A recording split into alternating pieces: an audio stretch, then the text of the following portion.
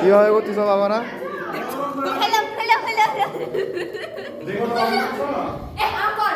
এটা দেখো করছি স্যার।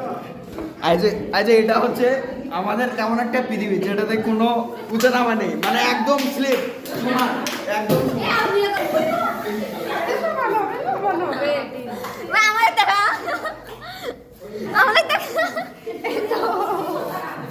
সাদিয়ার জিনিস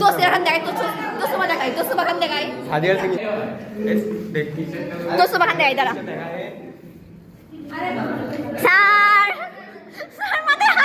এটা দেখা।